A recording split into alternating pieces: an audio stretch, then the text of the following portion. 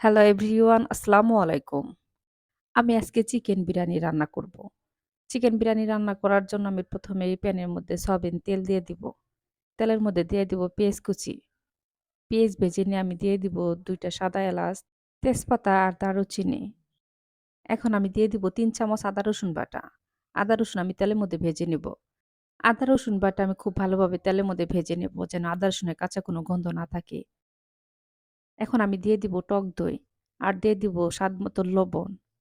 ১ চামচ জিরা বাটা দিয়ে দিব। জিরা আমি ভেজে তারপর বেটে নিয়েছি। এখন আমি দিয়ে দিব ১ চামচ শুকনা মরিচের গুঁড়া। আর দিয়ে দিব ১ চামচ ধনিয়ার গুঁড়া। আর দিয়ে দিব বিরিয়ানির মসল্লা। আপনারা যে যেমন ঝাল পছন্দ করেন সেই অনুযায়ী মরিচের গুঁড়া দিবেন। অনেকে আছেন যে বিরিয়ানির মধ্যে একটু ঝাল, ঝাল বেশি পছন্দ করেন। আবার অনেকে আছেন যে একটু কম পছন্দ করেন। সে অনুযায়ী মরিচের গুঁড়া দিবেন। আমি ১ চামচ দিলাম, আমার ঝালটা বেশিও হবে না, একদম কমও হবে না। মিডিয়াম ঝাল থাকবে। মসলা আমি খুব ভালোভাবে কষিয়ে নিয়ে চিকেন দিয়ে দিয়েছি। চিকেন এখন আমি ঢাকনাটা ঢেকে কষিয়ে নেব। আবার মাঝে, মাঝে ঢাকনা উঠিয়ে নেড়ে দিব যেন আবার নিচে লেগে না ধরে। এখন আমি ঢাকনা উঠিয়ে দিয়ে দিব পেঁয়াজের বেরেস্তা। ১ম এ আমি পেঁয়াজ ফোড়নের মধ্যে কিন্তু কম দিয়েছি। কারণ আমি পেঁয়াজের বেরেস্তা দিব বিরিয়ানির মধ্যে বেশি করে। বিরিয়ানি রান্না করার জন্য এক্সট্রা কোনো মসলা না দিলেও চলবে। কারণ বিরিয়ানির মসলার মধ্যে সব মসলা থাকেই। কিন্তু এক্সট্রা একটু মসলা দিবেন, বিরিয়ানিটা একটু স্বাদ হবে বেশি। ছেলের জন্মদিন গেল, ছেলের জন্মদিনের জন্য আমি গরুর মাংস দিয়ে বিরিয়ানি রান্না করতে চেয়েছিলাম। তো আমার ছেলে বলতেছে যে, "না আম্মু, চিকেন বিরিয়ানিটা বেশি মজা হয়। আমি চিকেন বিরিয়ানিটাই খাবো।" চিকেন কষিয়ে নেওয়া হয়ে গেছে। এখন আমি উঠিয়ে নেব। চিকেন কিন্তু আমি একদম রান্না করে ফেলেছি। চিকেন কষানোর মধ্যে আমি খুব ভালোভাবে সময় নিয়ে রান্না করে নিয়েছি। একদম সেদ্ধ হয়ে গেছে, নরমও হয়েছে। চিকেন উঠিয়ে নিয়েছি, সেই মসলার মধ্যে এখন আমি পোলাও চাউল দিয়ে দিব। আর পোলাও চাউল আমি ৪-৫ মিনিটের মতো ভেজে নেব। পোলাও চাউল কিন্তু সময় নিয়ে ভাজবেন।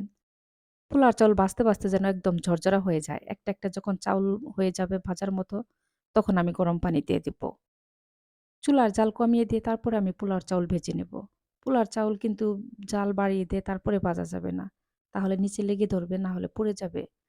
যদি পোলাওর চাল কোনো রকম একটু নিচে পুড়ে যায় তাহলে কিন্তু বিরিয়ানির স্বাদটা নষ্ট হয়ে যাবে। কষিয়ে রাখা চিকেন এখন আমি পোলাওর চাউলের মধ্যে দিয়ে দিব। দিয়ে আমি কয়েক মিনিট ভেজে নেব। নিয়ে আমি দিয়ে দিব ফুটন্ত গরম পানি। এখানে বিরিয়ানির মধ্যে অবশ্যই কিন্তু ফুটন্ত গরম পানি দিতে হবে। আমি বিরিয়ানি রান্না করার জন্য যে কয় পট চাউল দিয়েছি তার ডাবল পানি দিয়ে দিলাম। বিরিয়ানির মধ্যে ঠান্ডা পানি না দিয়ে গরম পানি দিবেন।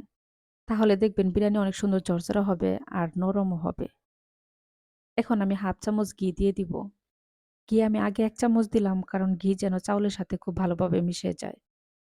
এখন আমি ঢাকনাটা ঢেকে বিরিয়ানি রান্না করে নিব। ঢাকনার মধ্যে যে ছিদ্র আছে ওটা লবঙ্গ দিয়ে আমি মুখটা বন্ধ করে দেব। এই ভাপটা যেন বের না হতে পারে। কয়েক মিনিট পর আমি ঢাকনা উঠিয়ে নিয়ে এখন আমি উপরে দিয়ে দিব ৪-৫ টা আলু। আলু আমি আগে তেলের মধ্যে ভেজে নিয়েছি। উপরে দিয়ে দিব ৪-৫ টা কাঁচামরিচ আর দিয়ে দিব ৬-৭ টার মতো কিশমিশ। ৩-৪ চামচের মতো আমি গুঁড়া দুধ দিয়ে দিব। দিয়ে এখন আমি নেড়ে দিব। এখন আমি দিয়ে দিব পেঁয়াজের বেরেস্তা আর দিয়ে দিব ২ চামচ ঘি আর দিয়ে দিব কেওড়া জল। এখন আমি চুলার জাল জিরো আঁচে রেখে ১০-১২ মিনিটের মতো ঢাকনাটা ঢেকে রান্না করে নেব। মাঝে, মাঝে ঢাকনা উঠিয়ে আমি নেড়েও দিয়েছি। দেখেন কত সুন্দর পারফেক্ট ভাবে হয়ে গেছে। চাউল যদি ভালোভাবে না ফুটতে চায় তাহলে নিচে তাওয়া দিবেন, উপরে প্যান বসিয়ে রাখবেন।